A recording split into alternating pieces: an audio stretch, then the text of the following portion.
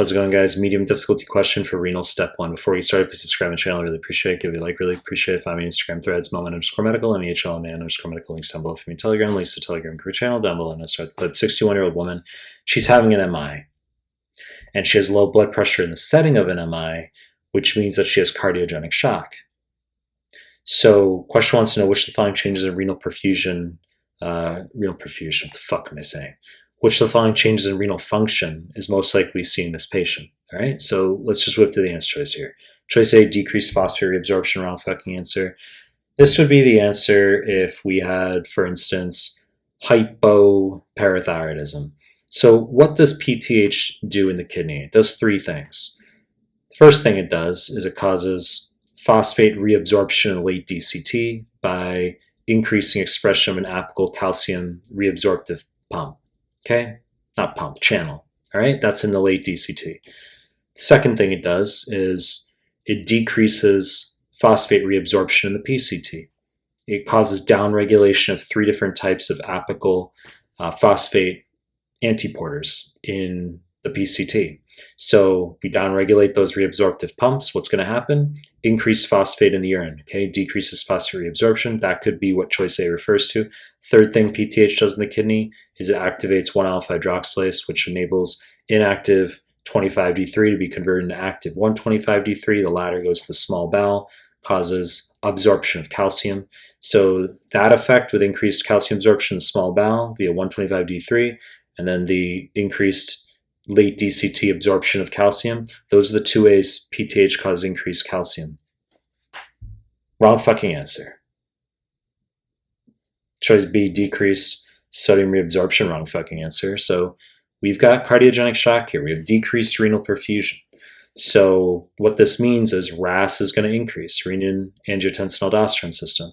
So if we have decreased renal perfusion, what this causes is the juxtaglomerular cells to secrete renin, cause increased angiotensin 1, angiotensin 2, increased aldosterone.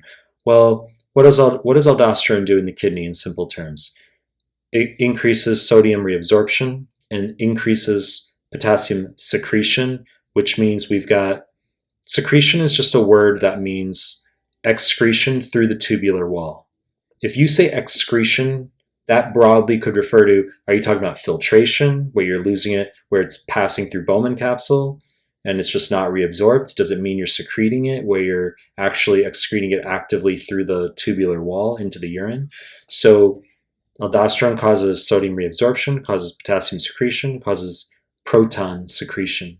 Okay, so in the setting of high aldosterone, in this case, we would expect sodium to go up, potassium to go down, bicarb and pH to go up. Now, of course, the changes in serum levels that are observable clinically or measurably would take time. It wouldn't be instantaneous, but when we talk about micro changes, small incremental changes, more acutely, it would still occur.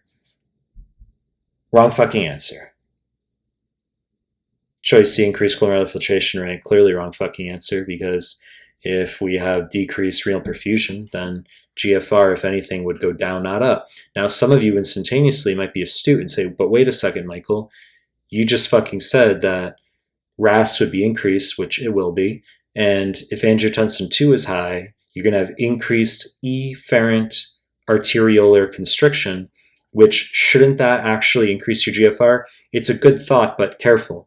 That's going to cause increased filtration fraction, which is GFR over renal blood flow / plasma flow. So this is what goes down. If we have decreased renal perfusion and we're going to have decreased GFR as a result, if we constrict the efferent arteriole by increasing filtration fraction, what that's going to do is it merely maintains GFR that would ordinarily go down. So GFR will be maintained, divided by reduced renal blood / plasma flow, and that means our fraction has increased. So that's why our filtration fraction increases when angiotensin 2 constricts the efferent arteriole. So GFR doesn't increase. GFR could stay the same or maybe decrease slightly, but it's our filtration fraction that increases. Wrong fucking answer. Choice D, increased potassium secretion, correct answer. I've talked about this before. If RAS is upregulated, aldosterone is going to be upregulated, and we're going to see increased sodium reabsorption. We're going to see increased potassium secretion into the urine, and we're going to see increased proton secretion into the urine.